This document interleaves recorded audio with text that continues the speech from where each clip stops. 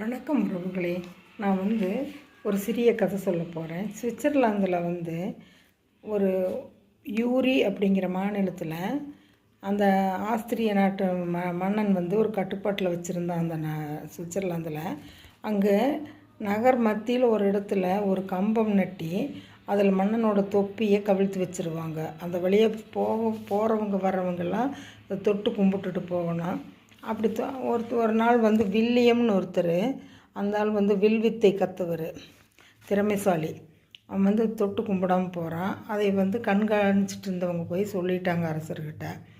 அப்போ அவனுக்கு தண்டனை கொடுக்குறக்காக கூப்பிட்டு, நான் சொல்கிறத நீ செஞ்சின்னா உனக்கு தண்டனை குறைச்சிக்குன்னு சொல்லிட்டு சொல்கிறாங்க. என்னென்னா, நீ இதை வில் வித்தையில் கை தேர்ந்தவனாச்சே, உன்னோட பையனை ஆப்போசிட்டில் நிற்க வச்சு தலையில் ஆப்பிளை வச்சு நீ வில்லால் அடித்து தள்ளணும்னு சொல்கிறாங்க.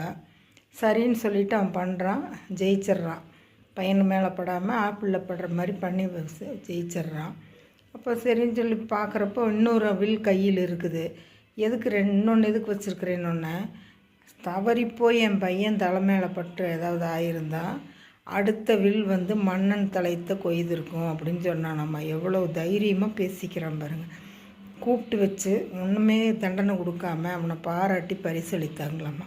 உங்களுக்கு பிடிச்சிருந்தால் லைக் பண்ணுங்கள், ஷேர் பண்ணுங்கள், சப்ஸ்கிரைப் பண்ணுங்கள், பெல் பட்டன் அமுத்துங்க. இந்த நாள் இனிய நாளாக எல்லோருக்கும் அமையட்டும். தேங்க்யூ.